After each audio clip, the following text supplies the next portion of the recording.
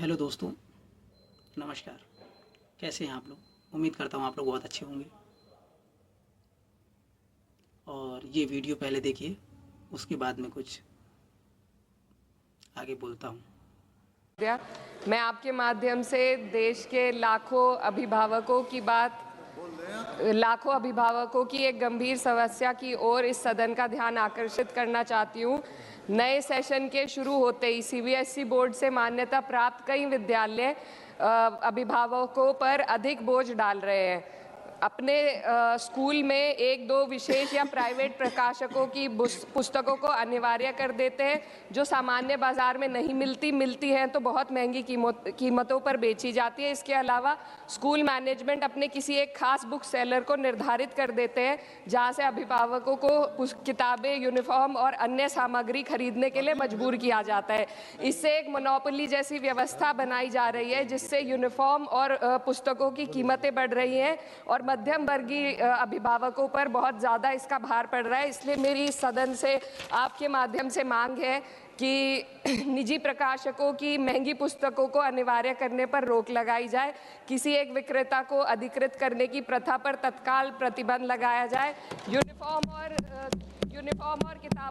किताबों की कीमतों को कंट्रोल करने के लिए सख्त दिशा निर्देश लागू किया जाए और एक पोर्टल बनाया जाए जहां पर ऐसी समस्याओं को पेरेंट्स डाल सके और दोषी स्कूल के विरुद्ध कड़ी से कड़ी कार्रवाई हो। अंत में मैं आपके माध्यम से ये कहना चाहती हूँ कि शिक्षा सेवा का माध्यम है, जिसकी सबसे बड़ी मिसाल महात्मा ज्योतिबा फूले जी और महिला शिक्षा की जनक सावित्रीबाई फूले जी है। तो मेरी सदन से मांग है कि उनके मरणोपरांत उन्हें भारत रत्न से सम्मानित किया जाए, ताकि हमारे देश में माननीय सदस्य शिक्षा की ओर लोगों का ध्यान और जाए।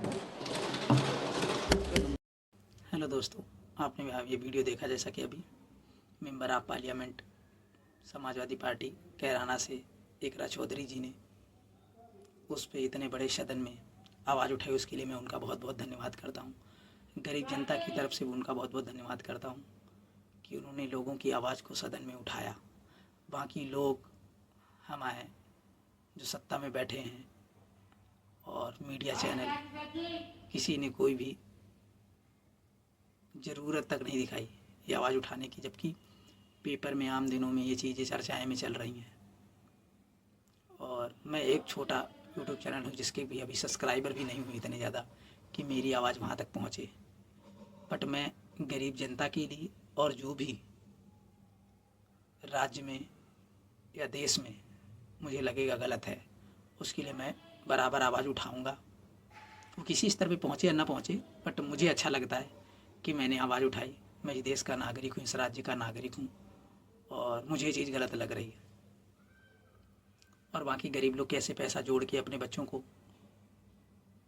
प्राइवेट अच्छी शिक्षा देना चाहते हैं। मैं 2014 में हाई स्कूल किया था और 2016 में इंटर किया था।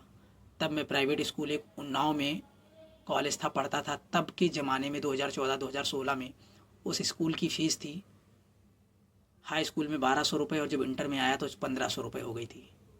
तो आप समझ लीजिए कि तब 2014-2016 से अब क्या ही स्तर होगा, कितनी फ़ीस बढ़ी है।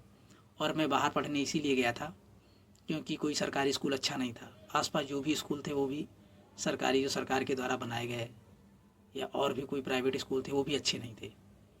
बट अब क्या करते, माता पिता चाहते थे अच्छी पढ़ाई के लिए, बट मैं वो बेचारी अपनी झोली तक खाली कर देना चाहते हैं कि मेरा बच्चा पढ़ जाए।